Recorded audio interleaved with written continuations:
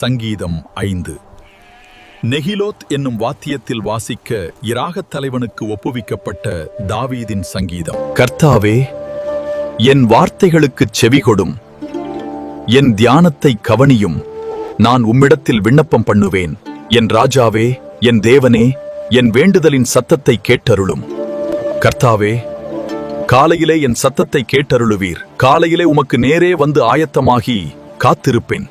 நீர் துன்மார்க்கத்தில் பிரியப்படுகிற தேவன் அல்ல, தீமை உம்மிடத்தில் சேர்வதில்லை. தீம்புக்காரர் உம்முடைய கண்களுக்கு முன்பாக நிலை நிற்க மாட்டார்கள்.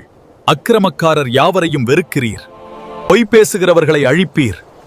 இரத்தப்பிரியனையும் சூதுள்ள மனுஷனையும் கர்த்தர் அருவருக்கிறார். நானோ உமது மிகுந்த கிருபையினாலே உமது ஆலயத்துக்குள் பிரவேசித்து உமது பரிசுத்த சந்நிதிக்கு நேரே பயபக்தியுடன் பணிந்து கொள்ளுவேன்.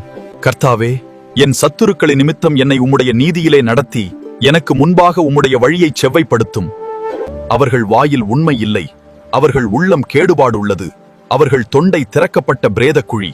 தங்கள் நாவினால் இச்சகம் பேசுகிறார்கள். தேவனே, அவர்களை குற்றவாளிகளாகத் தீரும். அவர்கள் தங்கள் ஆலோசனைகளாலேயே விழும்படி செய்யும். அவர்கள் துரோகங்களினுடைய திரட்சி நிமித்தம் அவர்களை தள்ளிவிடும். உமக்கு விரோதமாய் கலகம் பண்ணினார்களே. உம்மை நம்புகிறவர்கள் யாவரும் சந்தோஷித்து எந்நாளும் கெம்பீரிப்பார்களாக. நீர் அவர்களை காப்பாற்றுவீர். உம்முடைய நாமத்தை நேசிக்கிறவர்கள் உம்மில் களிகூறுவார்களாக. கர்த்தாவே, நீர் நீதிமானை ஆசீர்வதித்து காருணியம் என்னும் கேடகத்தினால் அவனை சூழ்ந்து கொள்வீர்.